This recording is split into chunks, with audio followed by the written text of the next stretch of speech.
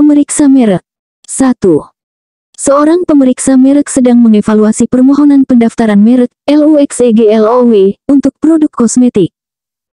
Merek ini memiliki kemiripan dengan merek terdaftar LUXGLOW milik perusahaan lain. Apa tindakan yang paling tepat dilakukan oleh pemeriksa merek? A. Langsung menolak permohonan. B. Menyetujui pendaftaran tanpa pertimbangan lebih lanjut. C. Melakukan pemeriksaan substantif lebih mendalam. D. Meminta pemohon mengubah desain merek. E. Mengabaikan kemiripan dan menyetujui pendaftaran. Jawaban yang tepat dari soal di atas adalah C. Pembahasan dari pertanyaan di atas yaitu, bahwa pemeriksa merek harus melakukan pemeriksaan substantif lebih mendalam untuk menilai tingkat kemiripan dan potensi kebingungan konsumen, sesuai dengan Undang-Undang Nomor 20 Tahun 2016 tentang merek dan indikasi geografis. Kita masuk soal berikutnya. 2.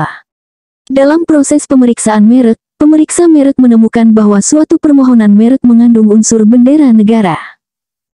Berdasarkan Undang-Undang Nomor 20 Tahun 2016, tindakan apa yang harus diambil? A. Menyetujui pendaftaran karena bendera adalah simbol umum. B. Menolak permohonan pendaftaran merek. C. Meminta pemohon mengganti warna bendera. D. Menyetujui dengan syarat mendapat izin dari negara bersangkutan. E. Mengabaikan unsur bendera dan melanjutkan proses pendaftaran. Jawaban yang tepat dari soal di atas adalah B. Pembahasan dari pertanyaan di atas yaitu, bahwa sesuai pasal 20 Undang-Undang Nomor 20 Tahun 2016, merek tidak dapat didaftar jika mengandung bendera negara tanpa izin. Pemeriksa merek harus menolak permohonan tersebut. Kita masuk soal berikutnya. 3. Pemeriksa merek menerima permohonan pendaftaran merek Batik Mega Mendung untuk produk tekstil. Bagaimana seharusnya pemeriksa merek menyikapi permohonan ini? A. Menolak karena termasuk indikasi geografis. B. Menyetujui tanpa pertimbangan khusus. C. Memeriksa apakah ada sertifikasi indikasi geografis untuk motif tersebut. D. Meminta pemohon mengubah nama menjadi lebih generik. E. Menyetujui dengan syarat mencantumkan disclaimer. Jawaban yang tepat dari soal di atas adalah C. Pembahasan dari pertanyaan di atas yaitu, bahwa pemeriksa merek harus memeriksa status Batik Mega Mendung sebagai potensi indikasi geografis.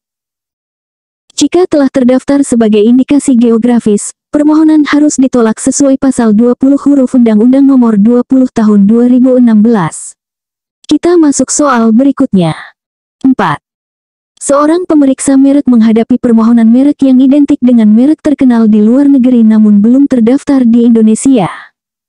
Apa tindakan yang paling tepat? A.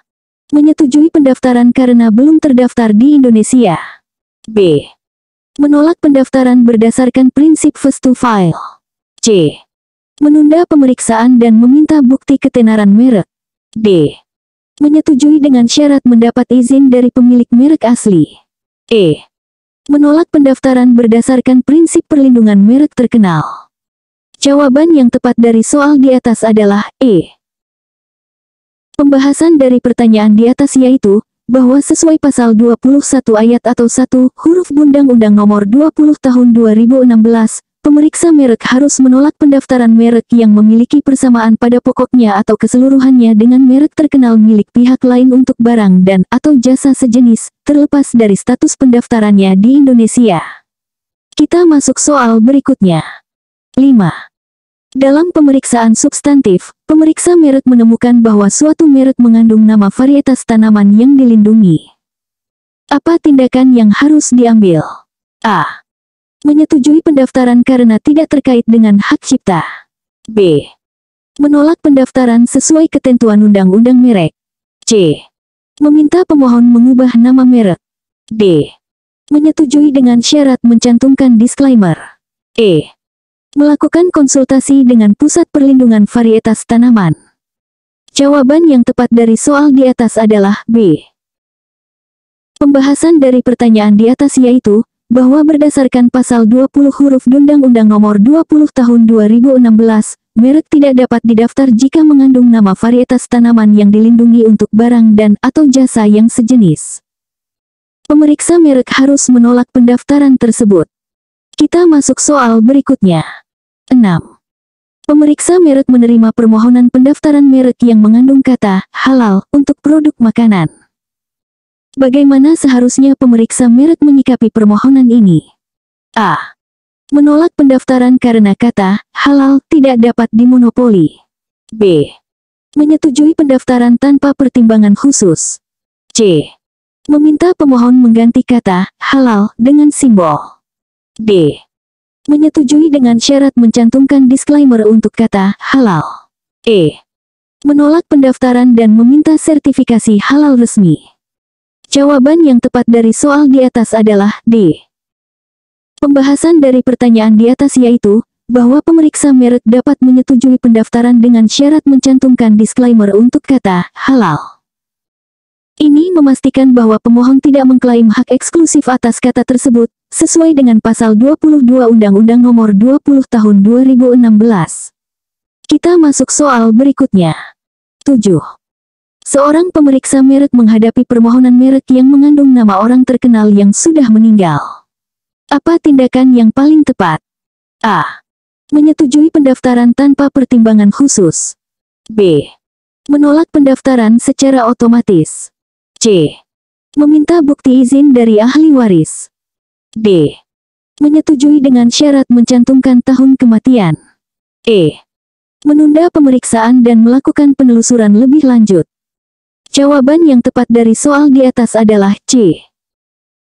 Pembahasan dari pertanyaan di atas yaitu, bahwa sesuai pasal 21 ayat atau 2 huruf A Undang-Undang Nomor 20 Tahun 2016, permohonan merek yang mengandung nama orang terkenal yang sudah meninggal hanya dapat didaftarkan dengan izin ahli waris yang bersangkutan.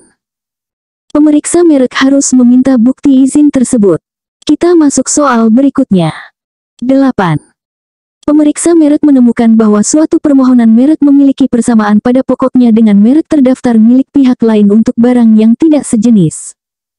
Apa yang harus dipertimbangkan? A. Langsung menyetujui karena barang tidak sejenis. B. Menolak permohonan tanpa pertimbangan lebih lanjut. C. Memeriksa kemungkinan dilusi merek. D. Meminta pemohon mengubah desain merek. E. Mengabaikan persamaan karena barang berbeda.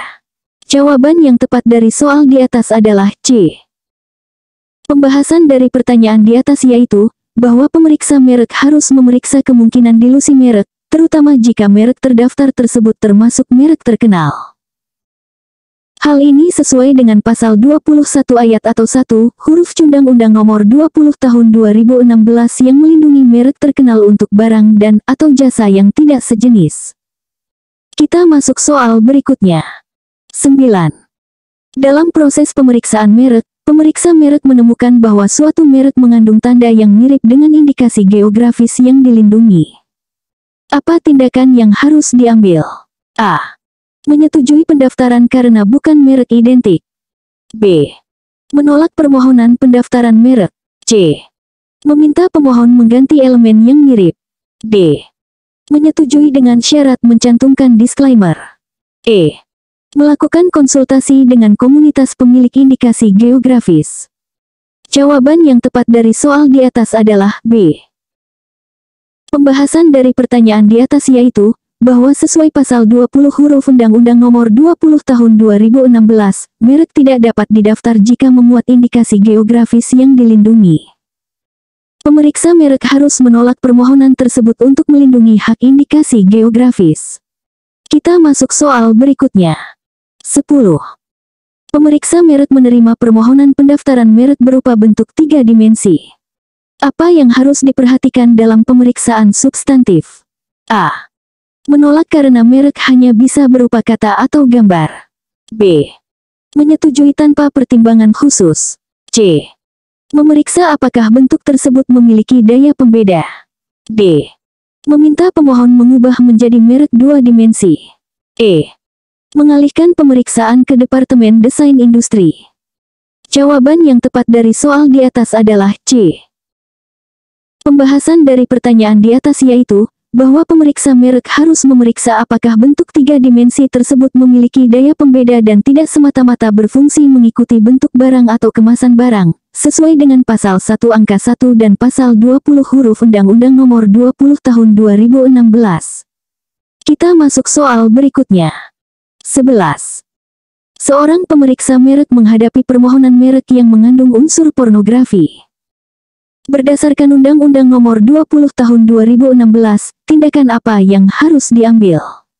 A. Menyetujui pendaftaran karena kreativitas desainer. B. Menolak permohonan pendaftaran merek. C. Meminta pemohon menyensor bagian tertentu. D. Menyetujui dengan syarat penggunaan terbatas. E. Mengalihkan penilaian ke lembaga sensor. Jawaban yang tepat dari soal di atas adalah B. Pembahasan dari pertanyaan di atas yaitu, bahwa sesuai Pasal 20 huruf A Undang-Undang Nomor 20 Tahun 2016, merek tidak dapat didaftar jika bertentangan dengan ideologi negara, peraturan perundang-undangan, moralitas, agama, kesusilaan, atau ketertiban umum. Unsur pornografi termasuk dalam kategori ini, sehingga pemeriksa merek harus menolak permohonan tersebut. Kita masuk soal berikutnya. 12. Pemeriksa merek menerima permohonan pendaftaran merek suara. Apa aspek utama yang harus diperiksa? A. Panjang durasi suara. B. Kualitas rekaman suara. C. Daya pembeda suara tersebut. D. Kategori alat musik yang digunakan. E. Hak cipta atas komposisi musik. Jawaban yang tepat dari soal di atas adalah C. Pembahasan dari pertanyaan di atas yaitu, bahwa dalam memeriksa merek suara, aspek utama yang harus diperiksa adalah daya pembeda suara tersebut. Pemeriksa merek harus menilai apakah suara tersebut cukup distintif untuk membedakan barang atau jasa pemohon dari pihak lain, sesuai dengan prinsip daya pembeda dalam Undang-Undang Nomor 20 Tahun 2016. Kita masuk soal berikutnya. 13. Seorang pemeriksa merek menemukan bahwa suatu permohonan merek memiliki persamaan pada pokoknya dengan merek yang sudah terkenal di Indonesia untuk barang yang sama. Namun, merek terkenal tersebut belum didaftarkan di Indonesia. Apa tindakan yang paling tepat? A. Menyetujui pendaftaran karena merek terkenal belum terdaftar. B. Menolak pendaftaran untuk melindungi merek terkenal. C. Meminta pemohon mengubah desain merek. D. Menyetujui dengan syarat mendapat izin dari pemilik merek terkenal. E. Menunda pemeriksaan dan meminta bukti ketenaran merek. Jawaban yang tepat dari soal di atas adalah B. Pembahasan dari pertanyaan di atas yaitu, bahwa sesuai Pasal 21 ayat atau 1 huruf B dan Undang-Undang Nomor 20 Tahun 2016, pemeriksa merek harus menolak pendaftaran merek yang memiliki persamaan pada pokoknya atau keseluruhannya dengan merek terkenal milik pihak lain untuk barang dan atau jasa sejenis, terlepas dari status pendaftarannya di Indonesia. Ini untuk melindungi pemilik merek terkenal dan mencegah persaingan usaha tidak sehat. Kita masuk soal berikutnya. 14. Pemeriksa merek menghadapi permohonan pendaftaran merek yang mengandung nama geografis. Bagaimana seharusnya pemeriksa merek menyikapi permohonan ini? A. Menolak secara otomatis karena mengandung nama geografis. B. Menyetujui tanpa pertimbangan khusus. C. Memeriksa apakah nama geografis tersebut berkaitan dengan barang yang dimohonkan. D. Meminta pemohon mengganti nama geografis dengan nama fantasi. E. Menyetujui dengan syarat mencantumkan disclaimer untuk nama geografis. Jawaban yang tepat dari soal di atas adalah C. Pembahasan dari pertanyaan di atas yaitu, bahwa pemeriksa merek harus memeriksa apakah nama geografis tersebut berkaitan dengan barang yang dimohonkan. Jika nama geografis tersebut tidak memiliki kaitan dengan barang dan tidak menggambarkan asal barang, maka merek tersebut dapat didaftarkan. Namun, jika berkaitan langsung dengan asal barang, perlu pertimbangan lebih lanjut terkait potensi indikasi geografis atau daya pembeda merek.